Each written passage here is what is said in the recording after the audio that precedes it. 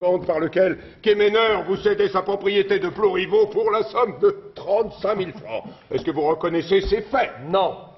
Je n'ai pas déposé cette valise à la gare du Havre et je n'ai pas commis de faux. Mais vous avez bien remis un autre exemplaire de cet acte de vente à la police? Oui, en main propre, sans même qu'on me le demande d'ailleurs.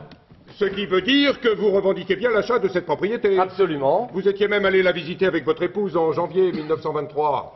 C'est exact. Et ça veut dire que cela fait un moment que vous la convoitiez, cette propriété? Quand j'ai su que Pierre voulait la vendre, je me suis dit en effet que c'était une occasion à saisir pour ma petite famille. Très bien, je rappelle Maître Pouliken. Maître Pouliken.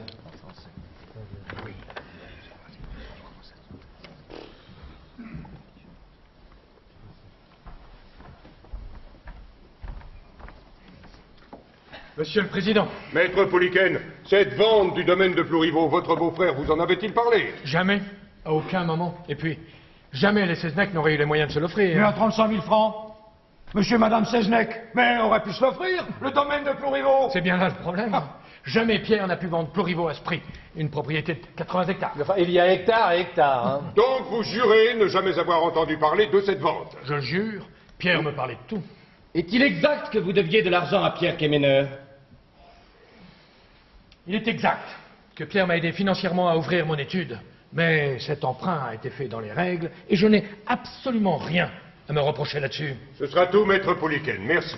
Je vous demande pardon, Monsieur le Président, je n'ai pas terminé. Maître Pouliken, vous êtes notaire? Oui, maître.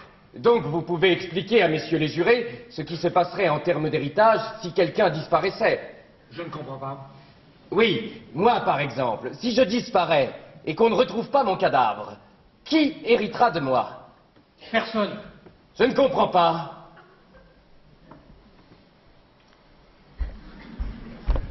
Il vous faudra attendre 30 ans révolus avant que l'un de vos héritiers puisse toucher quoi que ce soit.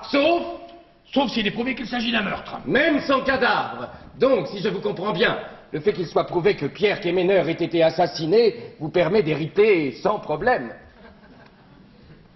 Oui, maître. Je vous remercie. Je ne vois pas où il veut en venir.